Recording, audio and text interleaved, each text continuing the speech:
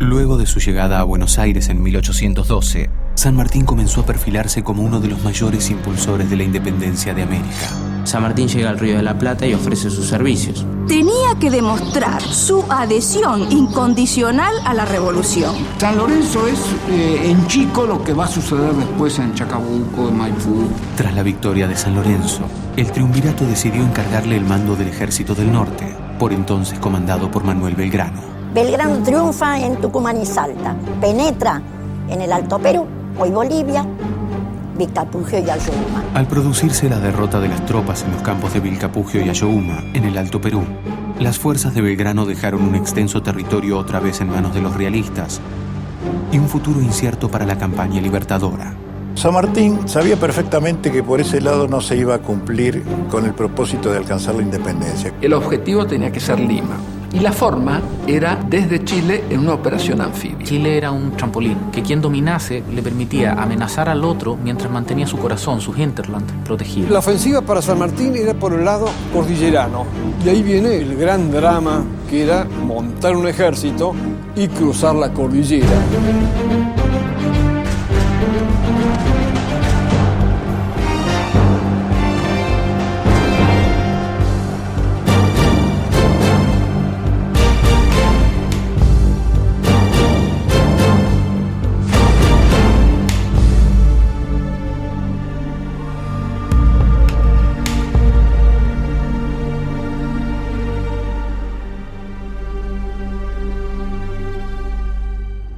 Hacia fines de 1813, luego de producirse la derrota de las tropas en los campos de Vilcapugio y Ayohuma, el triunvirato pone a San Martín al frente del Ejército del Norte, por entonces comandado por Manuel Belgrano. Cuando se encuentran San Martín y Belgrano, naturalmente se entienden, porque eran personas igualmente subordinadas, disciplinadas, y que tenían un objetivo superior, que era el triunfo de la causa de la libertad. Belgrano se pone a las órdenes de San Martín y le transfiere el mando en el encuentro de la posta de Yatasto. San Martín habla con Belgrano y Belgrano le dice que por el norte va a ser muy difícil llegar al Perú, imposible. Y entonces allí es donde San Martín organiza perfectamente su plan continental.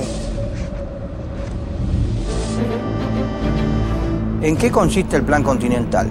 En armar un pequeño ejército bien armado y pertrechado y bien entrenado en Mendoza. De allí cruzar la cordillera, tener un gobierno amigo en Chile, dice en su plan original, porque todavía Chile es independiente, no ha sido invadido cuando él idea el plan continental, y cruzar desde Chile el Océano Pacífico para atacar la capital del Virreinato del Perú, Lima, directamente al corazón del poder español en América. Hacia el año 1800, el general escocés Thomas Mayland diseñó un plan para capturar Buenos Aires y Chile. José de San Martín pudo haber conocido los pormenores de este plan durante su estadía en Londres en 1811.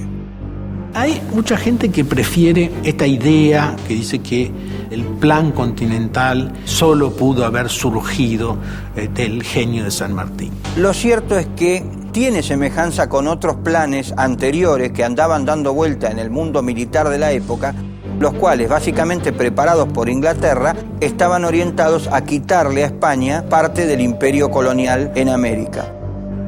No tengo dudas que debió haber tenido acceso y debió haber revisado todos los antecedentes. Y yo insisto en esto, hay una enorme diferencia entre imaginar un plan como el continental y ejecutarlo. El gran mérito de San Martín, en todo caso, fue la ejecución. Luego del encuentro con Manuel Belgrano y la elaboración del plan, San Martín acordó con Martín Miguel de Güemes la defensa de la frontera norte y comenzó a preparar una futura estrategia militar mientras se retiraba a reponer fuerzas en la provincia de Córdoba.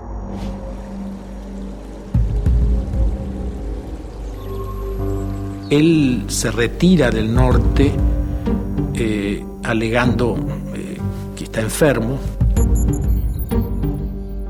Él tenía una úlcera provocada por las tensiones políticas, económicas, militares, naturalmente, y cuando se alejaba del ejército, cuando iba a reparar su salud con licencia a Córdoba, se curaba.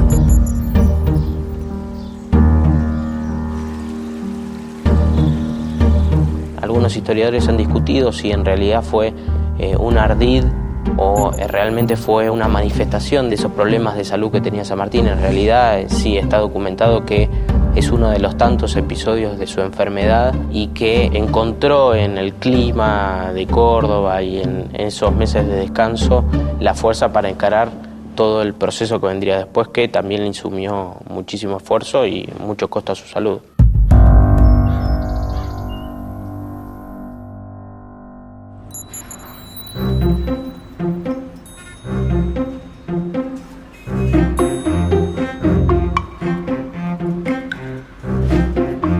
En 1814, Gervasio Antonio Posadas nombró a San Martín gobernador de Cuyo como primer paso para establecer la campaña hacia Chile y Perú. Con solo 36 años, se hizo cargo de los destinos de la región. San Martín fue a Mendoza, como todos sabemos, y no solamente quiere ser el comandante en jefe de las tropas, sino que también pide el mando político para ser el que realmente no tuviera trabas en su acción de gobierno.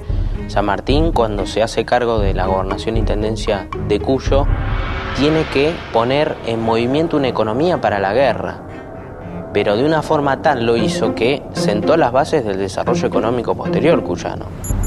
Como gobernador de Cuyo, San Martín inicia una gestión dedicada a la organización política y militar del territorio, al tiempo que establece bases para el desarrollo económico y cultural de la región. Impulsa la industria vitivinícola, la enseñanza, el comercio y las artes, regularizando también la administración de justicia y la recaudación fiscal. De este modo, en poco tiempo San Martín se ganó el respeto de la ciudadanía y con él, el apoyo y los recursos necesarios para organizar el ejército de los Andes.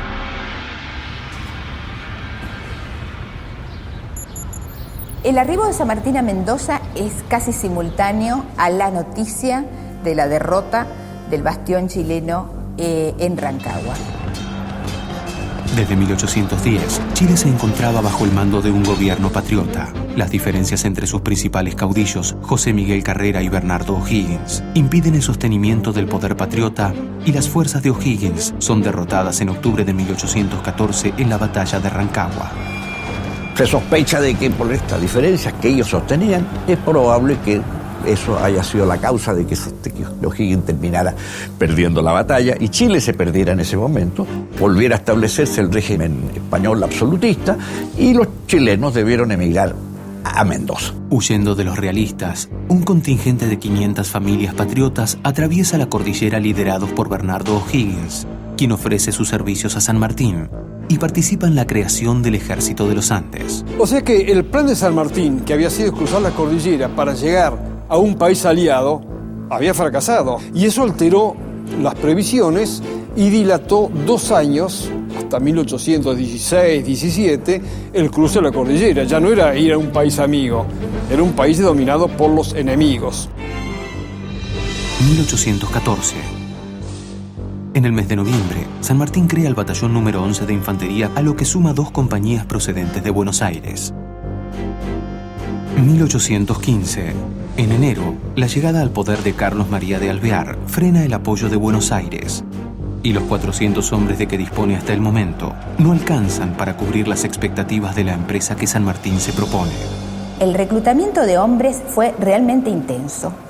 Hay una frase maravillosa de Tomás Guido que le dice: haremos soldados de cualquier bicho, ¿no? Como diciendo, aquí hay que transformar soldados y para hacerlos es necesario invertir en ellos. Esa inversión se traducía en obtener recursos para equiparlos y también para surtirlos de un ingrediente que va a ser fundamental, que va a ser el salario. La falta de fondos para contratar soldados profesionales obliga a San Martín a reclutar tropas por la fuerza. Uno tiene que tener presente distintos aspectos: la adhesión personal a partir de convicciones o defensa de intereses, pero por otro lado el reclutamiento obligatorio, la leva. La leva consistía en el reclutamiento forzoso, implicando la incorporación al ejército de todos aquellos considerados marginales, vagos, desertores y aquellos que todavía conservaban su condición de esclavos. La subida del tono y el endurecimiento va paralelo a la formación del ejército. A fines de 1816, aquel que no se presente será directamente sorteado o directamente castigado con 5 años en la fuerza de línea. Es decir, el que no vaya voluntariamente a formar las milicias directamente pasa 5 años a la fuerza de línea. Ahí San Martín tiene una política de, por momentos, de fuerte coacción y por momentos de búsqueda de adhesión. Como todo gobierno exitoso, tiene una mezcla de coerción y de consenso, y ahí se ve la habilidad política del que la lleva adelante. 1814. Fernando VII vuelve al trono de España y restaura el sistema absolutista. 1815. En junio se produce la derrota definitiva de las fuerzas napoleónicas en la batalla de Waterloo. 1815. Al finalizar el año, la corona española ha logrado sofocar los movimientos insurgentes en México y Nueva Granada. Solo el sur del continente permanece libre. Paralelamente a la formación del Ejército de los Andes, se estaba desarrollando en Tucumán un episodio sumamente importante y en el que San Martín tenía un gran interés, que era el Congreso General Constituyente.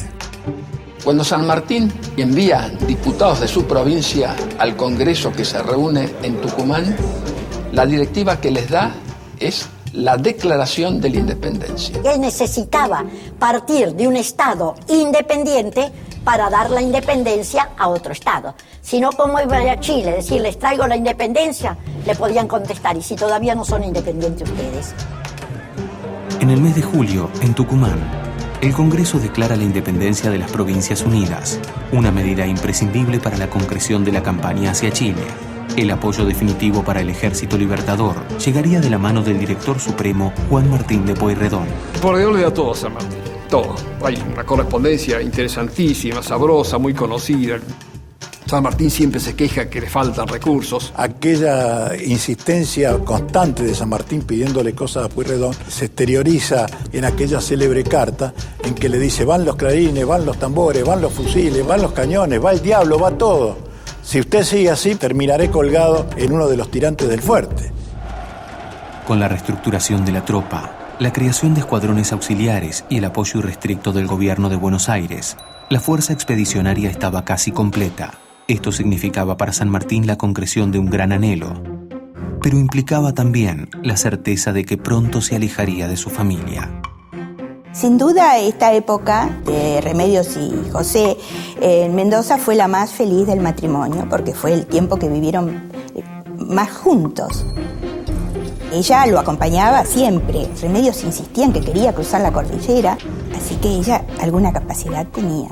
Lo que no tenía era salud. El nacimiento de su hija Mercedes, única hija del matrimonio, será un nuevo motivo de festejo que opacará momentáneamente los problemas de salud de Remedios. La felicidad que le ofrece la vida familiar se une al clima de gesta que vive la ciudad ante la inminencia de la expedición a Chile. A fines del 16, San Martín pide una bandera que identificara especialmente al Ejército de los Andes. Y en una Navidad de 1816 pide a las señoras que están presentes que le borden una bandera. Efectivamente, lo hacen, la confeccionan y la bordan y le ponen el escudo de las Provincias Unidas. Creada según el diseño del propio general, la bandera del Ejército de los Andes reflejaba el ideal sanmartiniano: libertad, igualdad y fraternidad, herencia de la Revolución Francesa, laureles simbolizando la gloria y un elemento propio y distintivo, las montañas de América, cuya extensión se proponía liberar.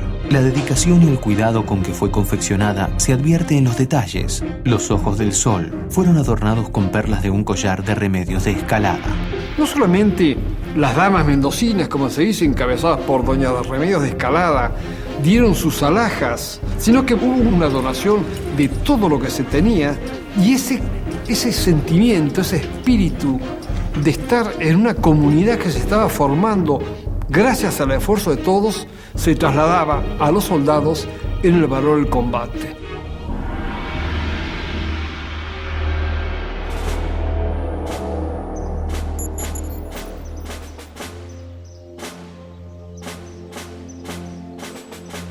En septiembre de 1816, San Martín determina el traslado de la totalidad del Ejército de los Andes al campo de instrucción de El Plumerillo. Solo queda exceptuado de la medida el batallón de cazadores, que permanece en San Juan. Ahí, en una forma muy rígida, San Martín comienza a preparar su ejército con una profesionalidad, si se puede decir, que no se había visto en el país. El ejército de los Andes, bajo las órdenes de San Martín, quedaba conformado de la siguiente manera: cuartel general y estado mayor, a cargo de Bernardo O'Higgins y Estanislao Soler. Las fuerzas de línea, compuestas por el batallón número 1 de cazadores, los batallones número 7, 8 y 11 de línea, el batallón de artillería y el regimiento de granaderos a caballo. La estructura bélica se completaría luego con las especialidades de barreteros de minas, arrieros y vaqueanos, a lo que se sumó la vicaría castrense y los cuerpos de sanidad y bagajes.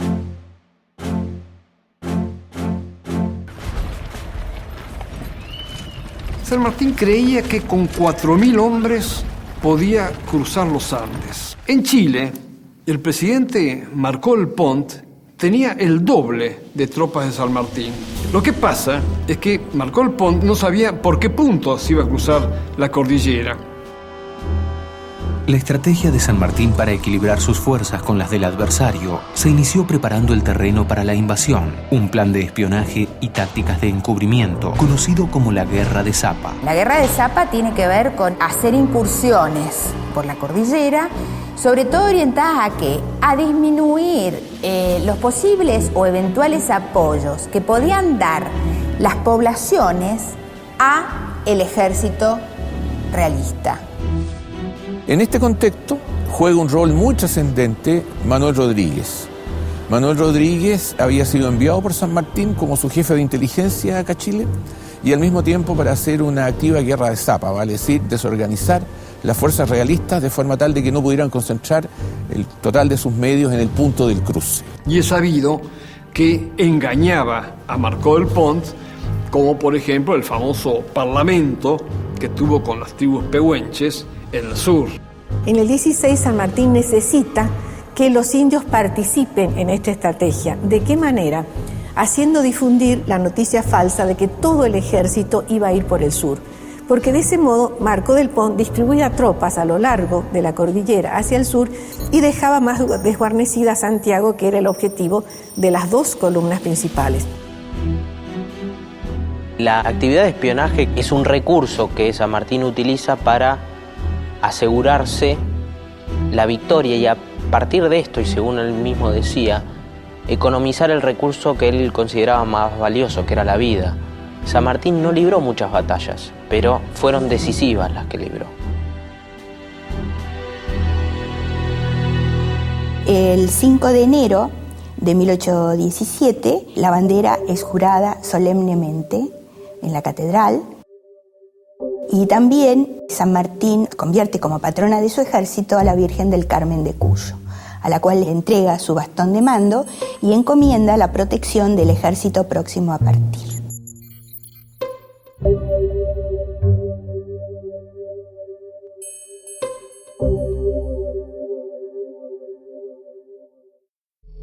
San Martín calculaba, pero con precisión matemática, lo que debía ser el ejército y por dónde debía cruzar la cordillera. Y más que los hombres que le hacían falta para la empresa, lo asustaba, lo dijo casi en esos términos, la mole, el macizo andino, que era algo pavoroso de ver desde Mendoza. Ante la inminencia del cruce de los Andes, es bueno preguntarse qué dificultades ofrecía el terreno por donde debían transitar las tropas libertadoras. Era cruzar una de las más altas cordilleras del globo, quizá la más alta en ese momento que se podía cruzar porque los Alpes son más bajos y los Himalayas eran absolutamente inaccesibles. Así que en esa época era la cordillera más alta del globo que podía llegar a ser cruzada. Pero no tenía caminos perfectamente hechos ni perfectamente marcados por los cuales cruzar, sino que había que ir haciendo la senda por lechos de ríos y había que llevar el ejército por caminos de cornisa de cordillera, básicamente pasos de mula. San Martín ya había hecho explorar estos caminos, él mismo inclusive se había ocupado, y anotar minuciosamente dónde había pasto, dónde había agua, dónde había leña, porque a partir de allí había que determinar los puntos donde el ejército debía acampar.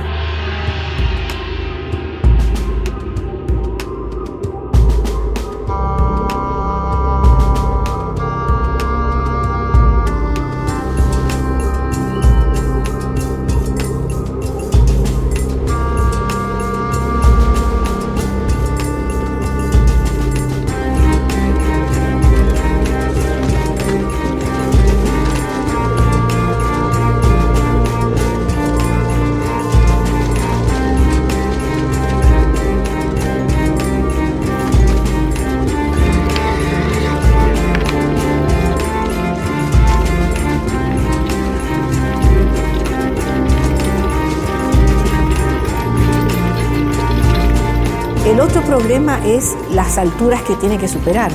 La cordillera frontal y la cordillera del límite en Mendoza y San Juan son la parte más alta. Había que hacerlo en el mes de enero. Ya en el mes de marzo, abril comienzan las nevadas y ya prácticamente en abril se cierran los caminos cordilleranos. Cosas había que tenerlas en cuenta en cuanto al territorio y al tiempo de cruzar la cordillera. Pero estaban los otros problemas, el que afecta a los hombres. La indumentaria de los soldados durante el cruce era similar a la utilizada por los arrieros de la época. A modo de cama se utilizaba la montura. Como complemento del uniforme, la tropa fue provista con elementos para combatir el frío. San Martín dispuso que se repartieran ponchos e hizo fabricar con cuero de res unos tamangos altos, indicando que se recogieran trapos de lana para forrarlos, pues según él, la salud de la tropa es la poderosa máquina que bien dirigida puede dar el triunfo y el abrigo de los pies es el primer cuidado. En lo que respecta a la alimentación, San Martín llevó ganado en pie para faenar en los momentos en que el ejército acampaba en la alta montaña, y después lo que llevaban como alimentación era el charque, la carne salada secada al sol y preparada con sal, que eso se cargaba en barriles o en petacas de cuero, y cuando se llegaba al campamento se prendían las fogatas, se realizaban los que se llamaban guisos valdivianos, porque se habían inventado o eran comunes en Valdivia, en el sur de Chile, este tipo de guiso especial. Se preparaba esa especie de sopa espesa que se le llamaba valdiviano, hecho con charqui, o sea, la carne seca, molida, y luego se le ponía grasa, agua y ají, y entonces esto era el caldo que ellos tomaban. Se había calculado el llevar cebollas, tanto para los animales como para los hombres, porque combatía la puna, el soroche. El apunamiento o soroche normalmente provoca cefaleas, náuseas, trastornos del sueño y debilidad. A partir de los 1500 metros de altura comienzan a aumentar el ritmo cardíaco y respiratorio. Gran parte de la travesía del Ejército de los Andes se llevó a cabo entre los 2500 y los 4000 metros de altura. La mayoría de la iconografía escolar muestra a San Martín cruzando a caballo, pero es un ícono escolar para lámina de colegio y no es la realidad. La realidad es que había que cruzar en mula. Los caballos iban detrás y custodiados por milicianos de Mendoza que estaban encargados de proteger y cuidar a los caballos. Tenían que llegar sin carga, sin cansarse y listos para el combate. Y porque San Martín sabía que cuando llegara al otro lado de la cordillera, inmediatamente se iba a encontrar con el enemigo e inmediatamente tenía que pasar a la acción. En diciembre de 1816, los efectivos de todas las unidades de línea, servicios y tropas auxiliares del Ejército de los Andes arrojaban un total de 5.423 hombres. Disponía además de 18 piezas de artillería, 1.500 caballos y 9.280 mulas.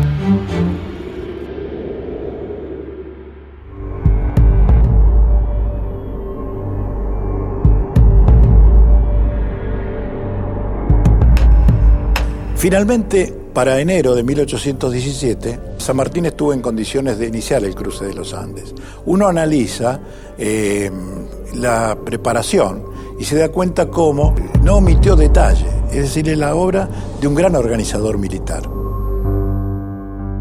¿Cuándo comienza esta epopeya sanmartiniana que es el cruce de los Andes? Las columnas inician su marcha el día 9 de enero. Normalmente nosotros festejamos acá en Mendoza el 18, pero el 18 era partida de la columna de las Heras. Ya habían comenzado a salir antes. El 9 de enero de 1817 se inició el cruce de los Andes con la partida de la columna liderada por Juan Manuel Cabot. El día 14 salió la columna de Ramón Freire, con dirección sur. 4 días después, la columna de Gregorio Las Heras se puso en marcha, seguida por el contingente de artillería a cargo de Fray Luis Beltrán. Entre el 20 y hasta el 24 de enero, en forma escalonada, se puso en movimiento la columna principal. Finalmente, el día 25, San Martín se despidió de Mendoza para incorporarse a la marcha. El 25 en la madrugada sale San Martín de la ciudad de Mendoza, luego de haber enviado una nota muy linda, muy conceptuosa al Cabildo, despidiéndose de los habitantes de Mendoza para incorporarse a esa columna.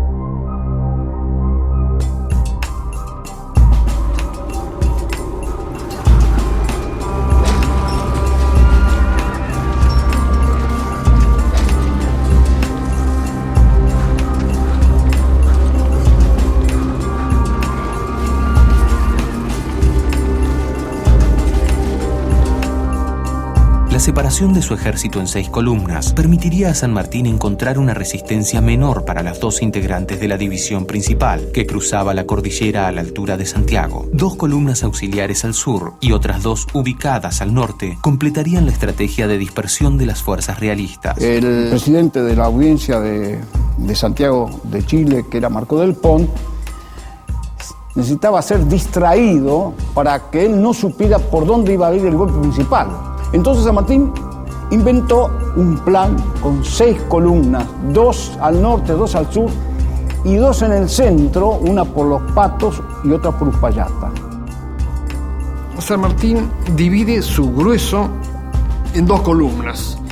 La de Uspallata, más al sur, la va a mandar el coronel Juan Gregorio de las Heras. Y por el paso de Los Patos, más al norte de Uspallata, mandaba este cuerpo el general Miguel Estanislao Soler, su jefe de Estado Mayor, llevando como retaguardia, refuerzo, al brigadier chileno Bernardo O'Higgins. Trabajó con 2 columnas principales hacia el Valle de Aconcagua, por Los Patos y por Uspallata, pero generó columnas auxiliares cuya misión específica era ayudar a que las fuerzas realistas no pudieran saber el punto exacto por donde venía el grueso del ejército. Estas columnas auxiliares del norte y del sur tenían objetivos muy concretos. Coquimbo y La Serena, Copiapó por el norte, y en el sur era la ciudad de Talca y San Gabriel, que son más o menos cercanos. De este modo se caía de sorpresa sobre estos lugares y el factor sorpresa era fundamental para lograr la batalla decisiva que San Martín sabía que iba a ocurrir poco después del cruce.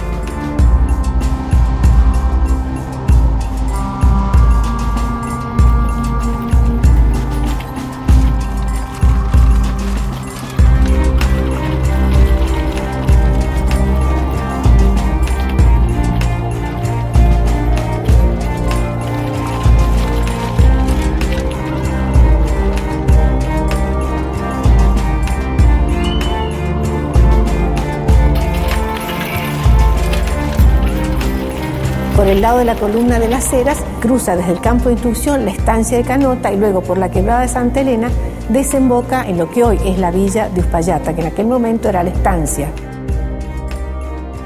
La columna de Las Heras acampa en la estancia de Uspallata. Ahí estaba la posta de Uspallata, que era la que jugó también un papel fundamental porque tenía que recibir las comunicaciones que mandaba o Soler o San Martín desde la columna principal para avisar a Las Heras que avanzara o retardara la marcha de acuerdo con el itinerario que iba haciendo la columna principal para que las 2 desembocaran al mismo tiempo ya del otro lado de la cordillera.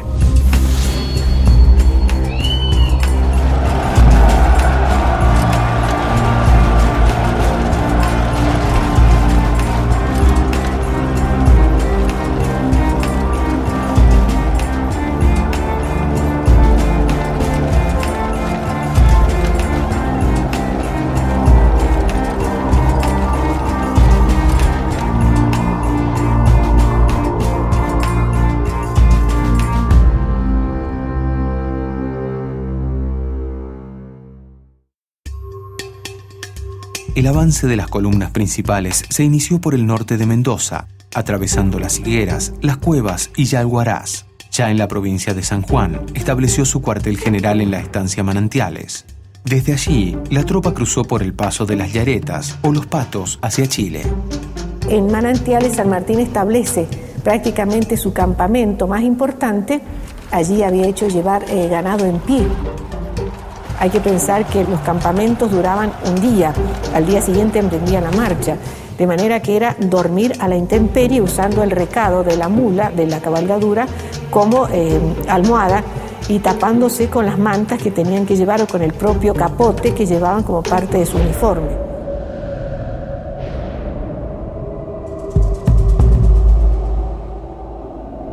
Entre el mes de enero, que se inician las acciones, los avances de la columna sanmartiniana, y el 8 de febrero, que se llega al Valle de Aconcagua, suceden algunos pequeños combates, escaramuzas, tiroteos, que muestran que el ejército de San Martín es agresivo y que viene decidido a cruzar la cordillera y a no tener problema ninguno. Salvo un contraste muy ligero, porque eran choques de pocos efectivos de uno y otro lado, fueron éxitos de las tropas independientes. Tenemos la sorpresa a la Guardia de Picheuta el día 24 de enero y al día siguiente el combate de Potrerillos, cuando Las Heras, que está en Uspallata, manda un destacamento a las órdenes de Enrique Martínez, que se enfrenta con los españoles en Los Potrerillos, en la zona de Punta de Vacas.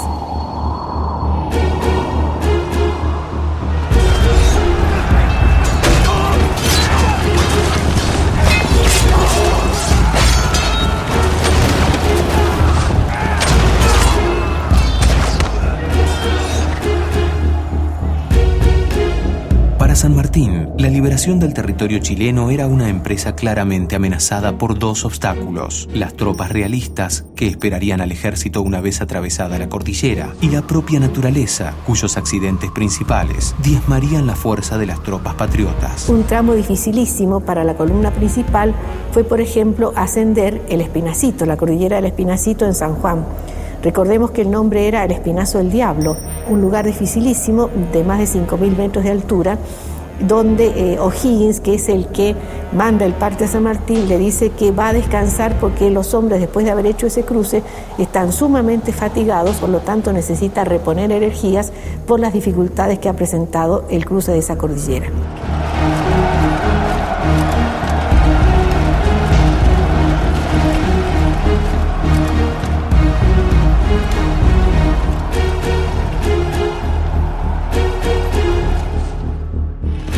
La columna de Cabot atravesó San Juan, donde integró a sus fuerzas a una partida de milicianos y franqueó el paso de Guana. Luego de promover la insurrección en la región, el 15 de febrero entraba triunfante en Coquimbo.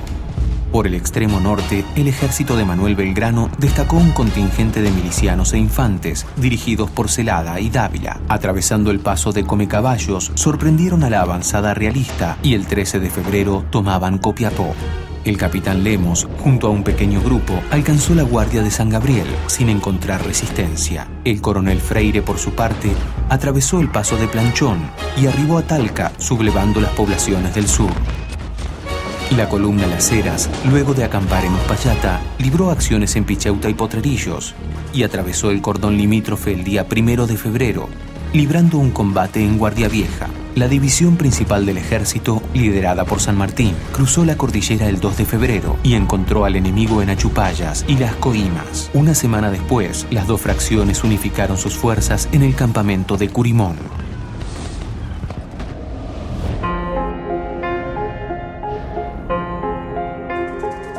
El ejército tuvo 300 bajas entre heridos y muertos en el cruce de la cordillera, y eso para un ejército de 3.800 hombres es una baja importante, es un número importante. De las 10.000 mulas que iniciaron la marcha murió la mitad. Pero esa mitad murió no por frío, sino por hambre. Las otras grandes cantidades de bajas fueron debidas al frío de la noche. Sucedía de dos maneras: o porque se quedaban dormidos en lugares en donde estaban solos, es decir, por ejemplo, estaban de centinelas y el frío los adormilaba y morían congelados, o en el campamento no tomaban las previsiones de abrigo suficientes y morían congelados a la noche al dormir. En el informe oficial dirigido al director supremo, el general San Martín deja constancia que entre los que perecieron por el frío, los enfermos y las deserciones, ha perdido unos 400 hombres.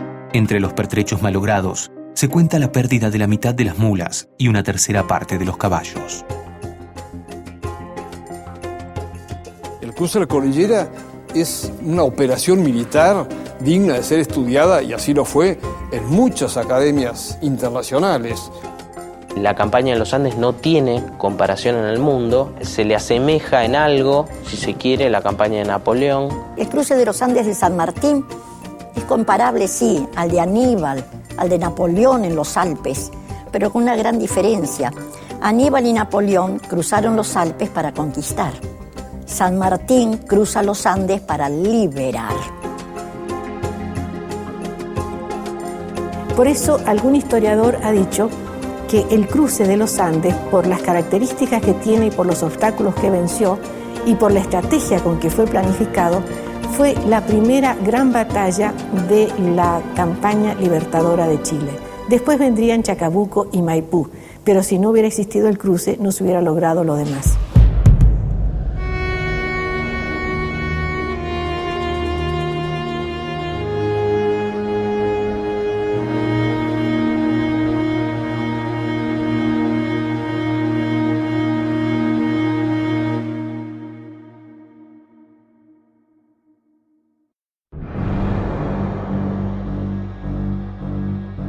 Cuando Marcó del Pon, la autoridad realista en Chile, advierte que el grueso del ejército pasa por Los Patos, ya es tarde.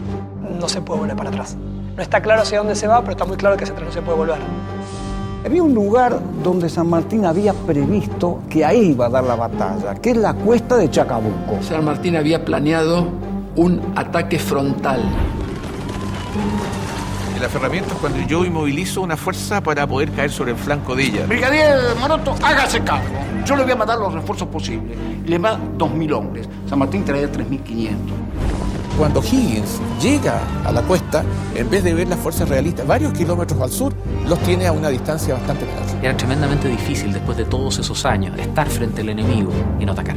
San Martín había dado instrucciones de no atacar a los realistas. Pero Higgins se precipitó, no cumplió las órdenes.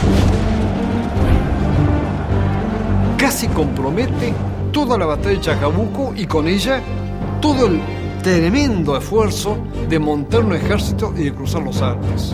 De la fuerza total realista llegaron a Santiago menos de 200 hombres.